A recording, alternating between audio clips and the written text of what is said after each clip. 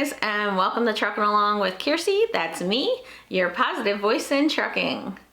Today I want to give you another rookie mistake that I made. I made a video a little while talking about different mistakes that rookies make, and I told you about the accident that I had when I was out my first 30 days, but there was another situation that I'm not very proud of.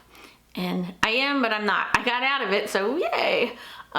So stick around and we'll bring that up, and I'm sure you'll laugh when we come back.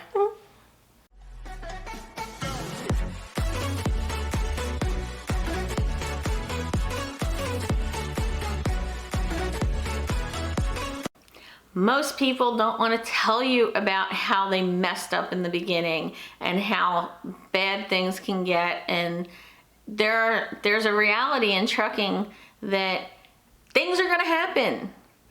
Like, you're going to get into situations you don't know what you're going to do. And, you know, the companies can tell you things like, well, if there's an accident on the highway, just stay on duty and we'll take care of it. You have an extra 2 hours on your logs that you can drive and blah, blah, blah. Okay, fine. But when something like that happens, you're not prepared for that situation, then as a new driver, you get really upset. So I think I was out for like about 2 months solo, and I was on I-270 right outside of Columbus, Ohio, and there was an accident on 70. The cops basically shut down any way to get back onto 70 from 270. So we were driving around in this loop and nobody could get off the highway. Before you know it, people that were on the off ramps start doing U-turns and like coming back at us in the wrong direction. And that highway had to be shut down for 3 or 4 hours, and I was running out of time. I messaged dispatch and said, look, I don't know what to do. I've been sitting in here for 3 hours now, and like the traffic's not moving. And they were like, oh, don't worry about it, just stay on duty, it won't be a violation because you used the extension and blah, blah, blah. Yeah, sounds great, except I'm the one out there having a panic attack because I feel like my clock is ticking out and I don't want to violate because I'm new, and I'm worried about trying to be able to find someplace. The closer you are to cities, the harder it is to find parking. People start shutting down earlier and earlier in the day. So you go to St. Louis and by 1 o'clock in the afternoon, forget it. You can't find a parking space if you're in downtown area. And so in Columbus, I was like, wow, where the heck am I gonna go? Everything's like so much further away. I start seeing trucks get off the highway. So I'm like, ooh, they know where they're going. So what do? When you're new, you just follow the trucks. The problem was all these suckers just start backing up into McDonald's and Wendy's and into all kinds of roads and stuff. I'm like, oh, I can't do that. I'll hit something. I'll run right over top of a car, or, you know, hit a clearance pole or something. I can't do that. So I go down a little further and I see an industrial park. Well, what's in industrial parks? Trucks! Woo! Yay! Except there's like no place to park. They have no parking. Usually you can find like either just a little lot or someplace on the side of the road that they allow trucks to park. So I stop off at this FedEx place and I said, look, I'm lost, I'm running out of time, and is there some place in this park that I can stop for the night? And this guy says to me, yeah, just go up to this gravel lot down the end of the street. Everybody parks there. I'm like, great. I get to the gravel lot and there's this huge sign that says no truck parking. And I'm like, this is where he told me to go. So I go driving around some more and I see a facility, a consignee that has prime trailers. Yay, they're one of our customers. Maybe I could talk the guard and let me stay the night here. So I go and talk to security and he's like, I can't let you in. I was like, even if I'm picking up tomorrow? I'm picking up a load here tomorrow morning. Of course I lied. And he was like, no, I'm not allowed to let you park here. And the cops are that serious and bad here that if you wind up parking in one of the closed down facilities, they will ticket you and threaten to tow you. And if you move, they'll even violate you if you're out of, I'm like, you gotta be kidding me. So I said to him, I was like, well, the other people told me to go park on that gravel lot, but it says no parking. And he said to me, trucks park there all the time. I can't tell you that you should park there or not, but trucks do park there all the time. I'm like, okay. So I find a third person who then tells me, trucks park on that lot all the time, you're fine there. Well, now I have like 12 minutes left on my clock. And so I pull into the parking lot, it's gravel, and I'm like looking around and I'm figuring, well, the worst thing that's gonna happen is a cop's gonna come and give me a ticket, oh well, or he's gonna tell me I have to move, oh well, or, you know, the owner of the place is gonna come out and start screaming at me, but it looked like it was pretty much abandoned and closed down anyway. After I walk around and do my post trip, I then start to unwind and relax and put on my pajamas and I jump in bed. And after about 15 minutes, I heard, "Arr!" And I'm like, oh crap, what is that? So I jump up and I look in the mirror, and my trailer was tilted like this. Like I could see the top corner of my trailer in my mirror. That's not good. That's just not good.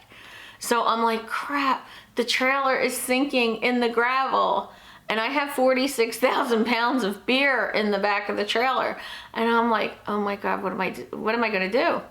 And I just had an accident the month before. When I hit 30 days, I knocked an axle off the trailer. That's in one of my other videos.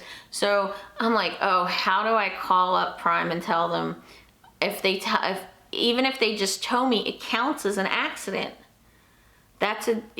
You don't have to hit anything. All you need to do is get towed and it will count as an accident. So I'm like, well, I might roll this truck. And I was thinking, if I'm gonna roll this truck, that's gonna end my career. But if I sit here and it keeps sinking before the tow truck comes, it's gonna roll on its own and it's gonna end my career. So I could try to drive out of this situation and roll the truck, or I could sit here and flip over and roll the truck.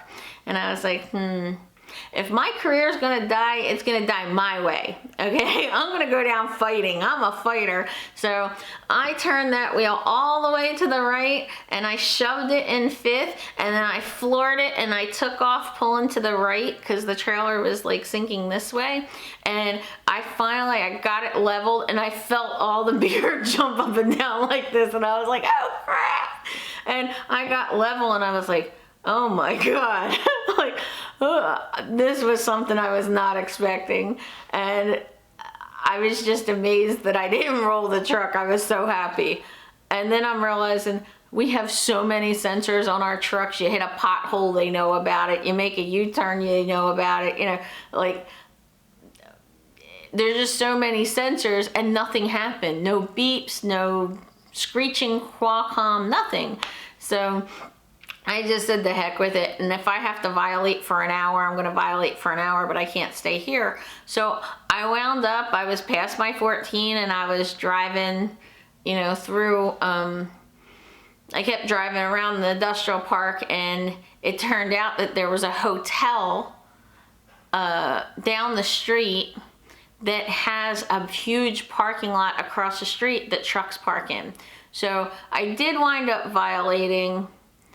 It didn't wind up counting because of the situation with the accident, and I had messaged that I was in a situation like that with an accident. So they actually removed that violation from my Qualcomm. But when I finally parked, I was like, thank God, I'm on solid ground, yay! And I was so excited, but then I was afraid that maybe I did some damage to an airbag underneath, or, you know, even the brake chamber was starting to go into the gravel, and I was nervous. And so I got underneath the truck with flashlights and really looking at every single little thing, like extra careful, and I didn't see anything. So I finally calm down and relax, I get to sleep. When I wake up in the morning, I go back through everything all over again, trying to make sure everything's good, and I drive out of the parking lot and hit a little tiny, it wasn't even a pothole. Like, there are potholes that are like this and deep, and you have to try to avoid them, and sometimes there is no avoiding them. And I hit something that was probably just a couple inches, and when I hit it, all these alarms start going off saying, you know, tire deflation system says you have an air leak, please pull over immediately. And our road assist person kept like messaging me, asking me, did you have a blowout? Are you safe? Did you have a... No, I didn't have a blowout. I'm like, where the hell were all those sensors when I was nearly rolling the trailer over? You know, which I'm glad nobody knows about. Like, yeah, okay. That whole story didn't happen to me, it happened to somebody else. Well, and, you know, now I'd be like, prove it. Prove it, prove I did it, I don't know, what do you want me to say?